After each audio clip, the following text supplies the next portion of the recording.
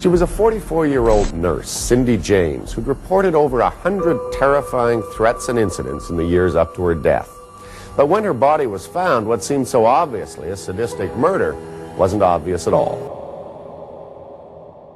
A lady named Cindy moves to this new neighborhood after divorcing her husband. She didn't know that this would be such a hellhole moving inside of this house. It was a literal horror movie, and I don't wish this on no woman. This is how crazy this gets. Y'all remember that movie Hush? It is 10 times worse than that. Starting off, one of the first nights of her being there, the phone rings. You know, it was one of those house phones because this was back in the early years. And as she picks up the phone, all she hears is this voice breathing into the phone, but no talking back. Then it just hangs up. She thought it was weird, but she didn't really think much of it. The minutes go by, then the phone would ring again. This time, this person says something, and this is an actual recording of what this person says.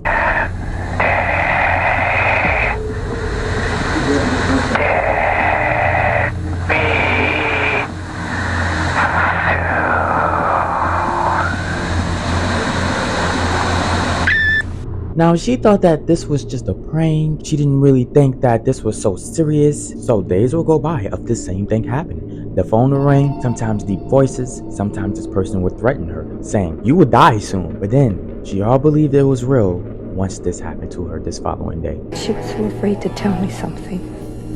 And she said, I need help badly, but I can't tell you, Mom. If I do, I'm afraid for you. Late at night, she was upstairs in her bedroom, and then she heard noise downstairs. She wanted to check it out on some Scooby-Doo shit. So she goes downstairs, but she don't hear the noise anymore. As she passes up the kitchen where that phone at that keeps ringing during the day, she sees in her living room that the window is wide open. So she looks out her window to see if someone is looking at her outside of her home, but no one was looking at her. So she closed the blinds and then closed the curtains, and then the phone rings immediately after that. At this point, she starts shaking because, you know, her window was just open. What if this creep is inside of her house looking at her? So she walks real slow while shaking up to the phone, and then she finally picks it up. And the person says, "The curtains cannot protect you." She is scared as fuck after this point. She hangs up immediately, calls the police. The police get there. Mind you, they got there quick. They investigate the whole home, search downstairs, search upstairs, her backyard, her front yard, even her block, but nothing. So the police said, "You can do this. Get an unlisted number. This way, this person don't call you anymore." She said, "This is a good idea. Thank you." But it will only get way worse. In the last 8 years, she didn't know what a normal existence was like. She couldn't go outside her door and feel safe. Snacks. And I know this mic, I'm just testing the waters. Tell me if y'all like it. If not, I'm never going to use it again. But look, y'all moving in 2025 with me. Shout out to the supporters that been with me through the good times, through the crazy times. You didn't know my crazy times, but you've been through it with me. And I'm going to just say this, 2025, don't say the whole new year, new me. Just write a list. And actually do the things you want to experience in life. As y'all seen, if you follow me on Instagram, I've been traveling and doing cultural things all 2024. More of the story, I'm saying this because when you do the things you really want to experience, save up your money, it blocks out all of the BS that you're going through in life. You can actually see how beautiful life is when you do the things you really want to do. And some of the things you really want to do, I'm sure all of it is not that expensive. Start there, trust me. No need to change yourself. It may not sound like much, but you would be surprised. But thank y'all for having y'all snacks. Corey X Kitchen is back apparently.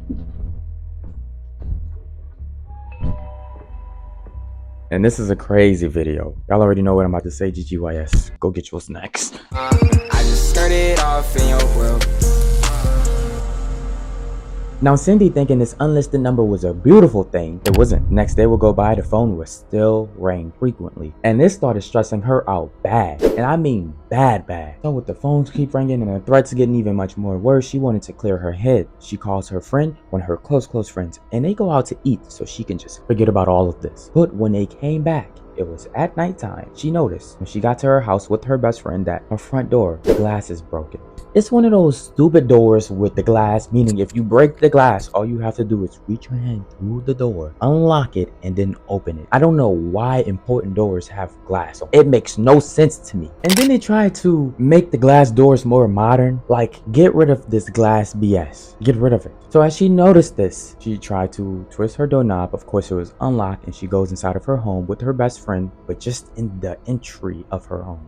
not all the way in. She tries to reach for the lights, but the lights don't come on when she flicks them on. She looks at her best friend and tells her, "We have to check it out because I think this creep is in my house waiting for me." So they go investigate and check out this place on some Scooby-Doo once again. Scooby, you and Fred check upstairs. Velma and I'll look in the basement. They search the whole bottom downstairs, even in stupid places like they know where he wouldn't be. Like through small tiny cabinets they know he couldn't fit. It was just out of paranoia. You just trying to check everywhere because you're so scared, which they did. They checked every single where, wiped the whole downstairs. Nothing. Then they have to go upstairs. They noticed these feathers. It was a feather trail leading upstairs. So they followed the trail of feathers and it led her to her bedroom. As she opens the bedroom door, it is feathers scattered everywhere. It came from her pillows. And her room was completely trashed. Then they decided to call the police. When the police got there, they re-investigated the whole house, searching everywhere. Even the backyard, even the front yard, even her block once again, but nothing. You know, this was around a time when doorbell cameras wasn't really a thing and house cameras wasn't really a thing at all. Only the wealthy had this. Nowadays, of course, cameras is everywhere. It's cheap nowadays as well. And we even have people with cameras inside of their homes. But the only thing that she can do when things get really serious is call the police. I mean, move. You ever thought about that? Just move. Then she decided to hire an investigator. His name is Ozzy. Now, when she decided to hire this investigator, she also dated another investigator, and this investigator moved into her house. Not Ozzy, but another investigator she's dating. This possibly could have been the best thing that could have ever happened to you. An investigator moving inside of your home and you dating one? Oh, this is about to get soft. No, it's not. It only got worse. Now, I forgot to add this in the video, and this is an important part of the video. She done got this note right before she started to date this investigator. Now, this note said, "I see you," meaning that this person been watching her the whole time. Maybe you can't see it now, but if I zoom in, you see that this person's hand is around a female. He have the letters. He have him holding a knife. Like, this note is basically telling her, this is going to be you in the future. This is when this investigator moved inside of her home, everything stops. The notes, the phone calls, like this creep just all of a sudden vanished. So this investigator and Ozzy didn't notice anything for weeks until Cindy's boyfriend woke up. And when this investigator woke up, you know, it was in the morning, he wanted to use the house phone, but none of the house phones inside of the house would work. At this time, she had multiple house phones around in the house, 2 to be exact. And he went outside to check out what was going on with the lines, but it was cut from outside. That was the only strange thing that happened since this investigator boyfriend been living inside of her home. Days will go by, and then Cindy decided to be honest with him. She says, "I didn't want to tell you this because I didn't want to scare you off. I know you know about everything, but the past couple weeks, the creep, as I've been sleeping, he's been walking and creeping around my house. I can hear the leaves and the grass as he's walking. He's watching us through the window because I hear him every night. Not only that, I have these notes on my window shield, and it's up. Look, here's the notes. And if you go in the trash can, you will see this raw meat because earlier, raw meat was sitting in my front porch for absolute no reason. And if you go in the backyard, there's 3 cats not breathing.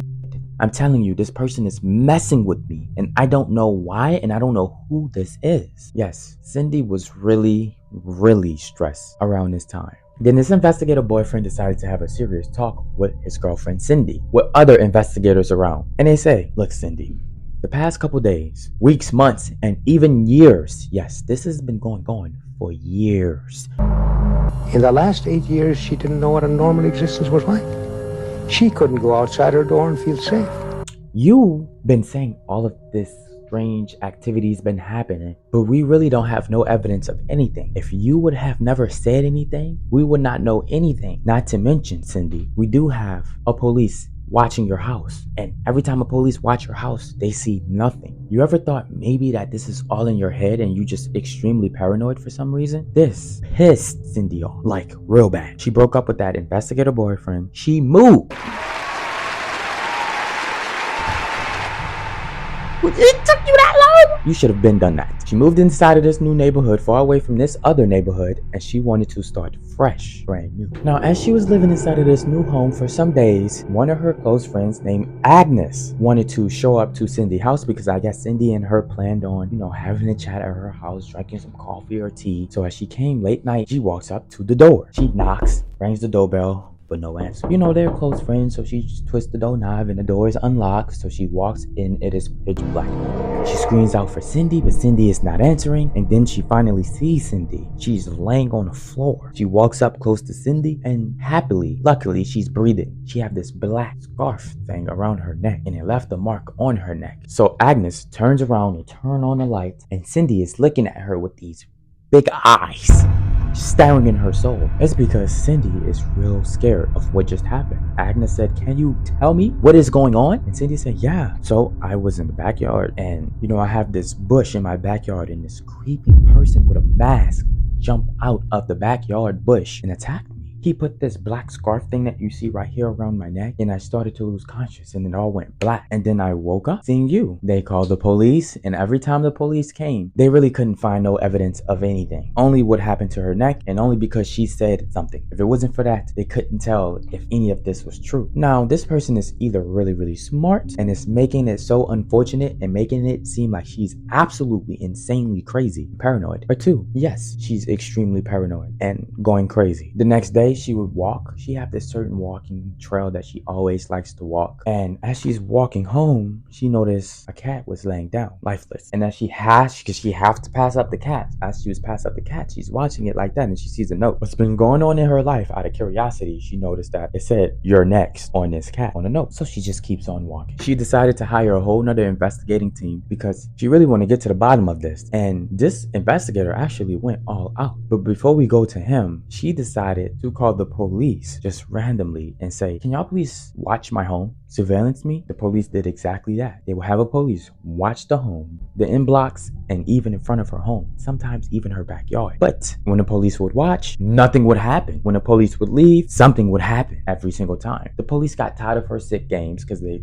think that she's just going insane, and she hired a private investigator. What this investigator decided to do is get one of these recording devices and install some in multiple places of her home, meaning wherever you go, I can hear you. Also, here's a button. This is called the panic button. Whenever you press it, I get alerted and go straight to your home. And one night he was listening through the radio because he's really intrigued and investigated and interested in this whole situation. He heard her panicking. He could just be minding his business in his office and he could just hear her as well, which he was doing, but he was listening while he was doing his own business and he heard her panicking. Immediately, he calls her because she's panicking, but she's not pressing the emergency button as well. So he called her, she's not answering. He also wanted to hear to see if he can listen to the creep, but he doesn't hear the creep, he hears just her. As she's not answering the phone, he just says, "You know what? Fuck this. I'm gonna go in the car," and he went straight to her house. When he got to the house, he opens up her door because it was unlocked. After knocking on the door and ringing the doorbell, of course, he opens it up. The house is pitch black dark. He turns on the lights cut on, and he sees her in the distance just laying on the floor with this black scarf thing around her neck. You see that it made this big bruise around her neck, and her hand is laying like this, and it had a note, and it said, "You're dead." So I kicked the door in and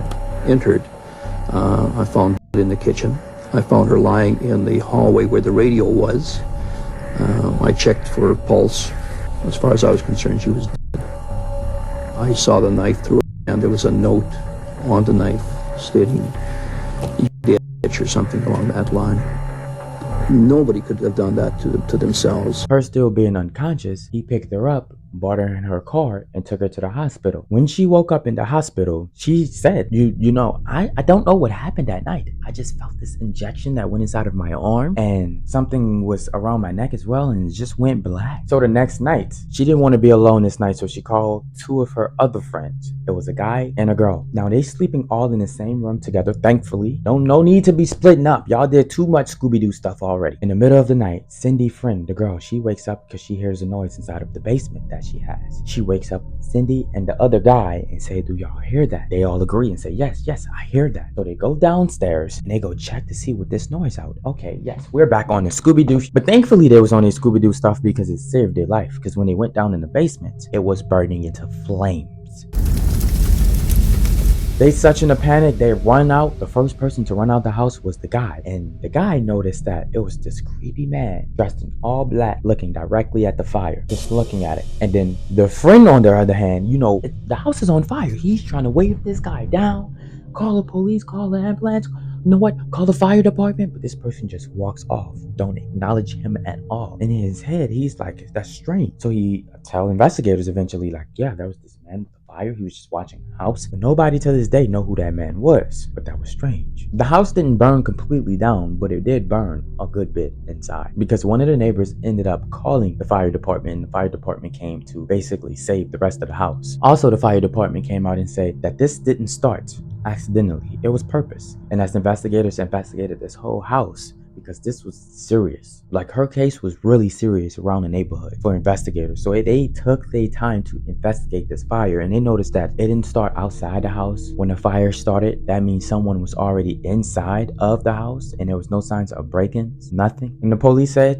investigators said, Cindy, she staged it. She's been doing this for a long time, for years. This is what she do. Now let's take it back. Remember in the beginning of this video, I said a lady named Cindy, she moves inside of this new neighborhood after divorcing her husband. Previously, A lady named Cindy moves to this new neighborhood after divorcing her husband. She didn't know that this would be such a hellhole moving inside of this house. Well, now she's blaming her husband. She think her husband is doing this to her, the stalking, being a creep, just stressing her life out. Denying it. My God. I am certainly denying it. I always have denied it. I have absolutely nothing whatever to do with it.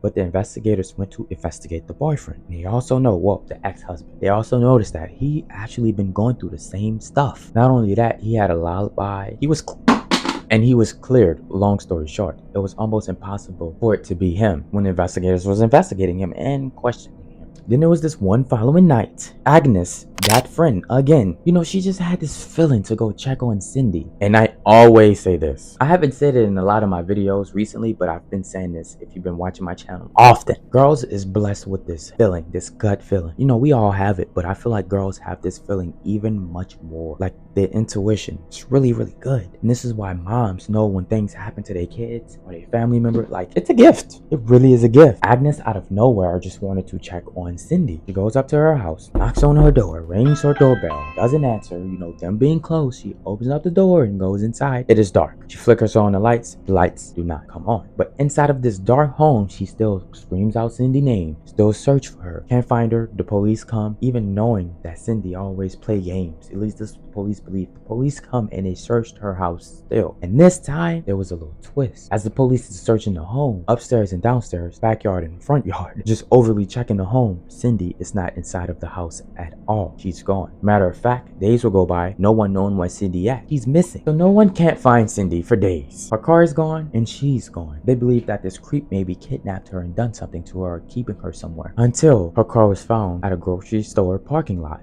When the police came to search and investigate this car, they noticed that Cindy, she was not inside of the car at all. They ended up popping up the trunk and they found groceries inside of the car. So she did go grocery shopping. She was putting her groceries inside of the trunk. But what happened after that? No one knew. She was still missing. I remember thinking, oh my God. And then I don't think I really remember anything else. As time will go by, days, couple weeks, they found her body inside of an abandoned home. Her hands was tied behind her back with this black looking scarf. Also, her feet was tied. She was not alive. The police believe she took the morphine by tablets and that she would have had 15 to maybe 30 minutes to tie herself up and make it look like murder. Once they did an autopsy on her body, they said that it was an overdose. And one investigator came out and proved that you can put your hands behind your back and stage everything. Isn't any paraphernalia around her to indicate that she had done it there herself? She's a mile and a half from her car. It doesn't make sense. She had no shoes and no socks. Around this abandoned place was so dirty and it had grass and dirt literally everywhere around this abandoned place. You can tell in the video that you're seeing here. Ben doesn't buy the theory. He's still working on finding a killer. At the scene of Cindy's death, he explains why he can't believe Cindy's body could have gone unnoticed for 2 whole weeks. And I cannot see where, with that type of activity, traffic, and being so close to a main thoroughfare, that somebody would have not spotted her. So what does that mean to you? I think she was done. And her feet was clean, like real clean, meaning that someone was carrying her and brought her here and dropped her here. It's no way that she got in this abandoned place with no shoes or socks, because her shoes or socks was not in an abandoned place at all. So she walked in this place barefoot. Then she tied herself up and apparently just self-deleted herself. I find it hard to believe that you can't conclusively determine whether it was murder or suicide if you're really trying to solve the case. There is no real conclusive evidence. It's theory, and they're willing to keep investigating. But I don't think they're ever going to find a killer. But it really comes down to these two things. One, she was really being stalked and harassed, and this stalker, this creep, is just really intelligent because it was so unfortunate for her. It made her look insanely crazy. It stressed her completely out. I think one of the things that she found most difficult was that people didn't believe her. She was always doubted. She knew she was doubted, and that was what slowly drove her crazy, the fact that she wasn't believed. She went from, looking fine to absolutely looking not fine at all. Like she was really stressed. Or she had this split personality disorder, when sometimes she hates herself, so she do things to herself. And then she comes back to life and actually believe that things was happening to her. When I say come back to life, like she just comes back to reality after having a split personality disorder. But the theory still goes that even though it was because of an OD, this person purposely OD'd her, shoved it down her throat, and tied her up. More of the story is, it is still a mystery on if it was a murder or if she actually did this to herself. What do you think? Stay safe. Until next time. Bye. They will be trying to find out if she was murdered or if she committed suicide. Cindy James was a nurse who lived in Richmond. Her body was found in a vacant lot there last year, 2 weeks after her family reported her missing. For a long time, Cindy James had been terrified. She was convinced that someone was out to get her, and she told police that many times. In fact, in the 7 years leading up to her death, she filed 90 complaints with the Richmond and Vancouver police. However, all along, the police blamed Cindy James' mental state for her problems, and after an investigation into her death, ruled out foul play.